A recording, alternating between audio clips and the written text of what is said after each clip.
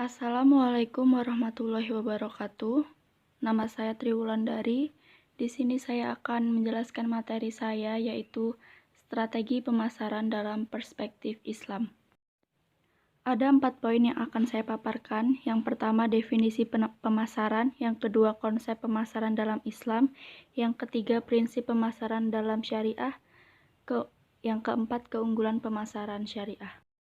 Menurut Kotler, pemasaran yaitu proses di mana individu atau kelompok mendapatkan apa yang mereka butuhkan dan inginkan melalui penciptaan, menawarkan dan pertukaran produk dan jasa yang bernilai dengan orang lain. Sedangkan menurut Abu Snaid, pemasaran adalah keputusan yang bijaksana dalam rangka memuaskan kebutuhan pelanggan melalui perilaku yang baik akan produk atau jasa yang sehat, halal, dengan persetujuan kedua belah pihak, yaitu penjual dan pembeli, guna mencapai kesejahteraan material, spiritual, dunia, dan akhirat melalui media iklan yang beretika. Dapat saya simpulkan, pemasaran yaitu usaha untuk menyediakan dan menyampaikan barang atau jasa kepada orang-orang yang tepat, pada tempat, waktu, serta harga yang tepat, dengan promosi dan komunikasi yang tepat. Pemasaran merupakan aspek penting dalam kegiatan bisnis yang tidak hanya menitikberatkan persoalan penjualan produk yang berkualitas dan memenuhi kebutuhan dan keinginan konsumen saja, tetapi terdapat proses jalinan komunikasi yang berkelanjutan, yaitu bertanggung jawab dalam menumbuhkan jaringan bisnis melalui pemasaran produk atau jasa yang bisa memberikan kesan bagi konsumen atau loyalitas konsumen. Pemasaran juga menuntut produsen untuk lebih inovatif dalam memberikan produk-produk yang dapat memenuhi kebutuhan konsumen dan menjamin kemaslahatan bagi mereka. Kaidah pemasaran yang baik adalah kegiatan pemasaran yang dilandasi oleh kaidah dan nilai-nilai Islam serta tidak bertentangan dengan sumber hukum Islam. Prinsip pemasaran dalam Islam, yang pertama, tidak menggunakan cara-cara batil. Perbuatan batil itu artinya menggunakan cara-cara yang bertentangan dengan syariat Islam.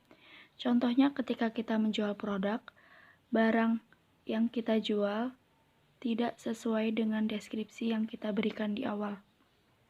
Yang kedua, meninggalkan perkara yang syubhat. Perkara syubhat yaitu perkara yang samar-samar, yang tidak jelas halal atau haramnya. Yang ketiga, mempermudah dalam transaksi. Mempermudah bukan mempersulit merupakan salah satu etika dalam transaksi dalam bisnis Islam. Dengan mempermudah suatu transaksi berarti telah melakukan efisiensi baik dari segi waktu maupun energi, sehingga banyak pekerjaan yang dapat diselesaikan dalam waktu yang singkat dan akan berpengaruh pada pengurangan biaya. Contohnya layanan makanan ojek online. Yang keempat, tidak menipu dan tidak zalim, yaitu bersikap jujur dalam melakukan transaksi, tidak menyembunyikan cacat atau kekurangan barang yang dijual. Contohnya dalam menjual barang second, kita tidak boleh menyembunyikan cacat atau kekurangan dari barang yang kita jual tersebut. Dan tidak berlaku zalim, yaitu tidak memaksa seseorang untuk membeli barangnya. Karena pada dasarnya transaksi dalam Islam itu adalah saling ridho antara penjual dan pembeli. Selanjutnya adalah keunggulan pemasaran syariah. Yang pertama, nilai pemasaran syariah bersifat fleksibel. Pemasaran syariah itu bersifat inklusif untuk siapa saja dari golongan dan agama apa saja. Pemasaran syariah memiliki nilai yang dapat digunakan dan menginspirasi universalitas seluruh manusia, bukan dari Islam semata. Yang kedua, nilai pemasaran syariah dapat adaptif dan bertahan di berbagai kondisi. Menjunjung tinggi nilai kejujuran dalam pemasaran syariah mutlak dilakukan dalam kondisi apapun dan sesulit apapun, karena dengan kejujuran akan dapat menegakkan keuntungan, keseimbangan, dan keadilan bagi semua pihak. Selanjutnya, pemasaran syariah itu bersifat universal dan lengkap. Pemasaran syariah memiliki panduan yang lengkap mulai dari etika dalam memproduksi, distribusi hingga konsumsi, bahkan pasca konsumsi sekalipun. Islam sebagai agama sangat lengkap dalam mengatur baik dalam urusan jasmani dan rohani, mental dan spiritual, serta urusan dunia dan akhirat. Selanjutnya, pemasaran syariah memiliki dimensi multi kemanfaatan.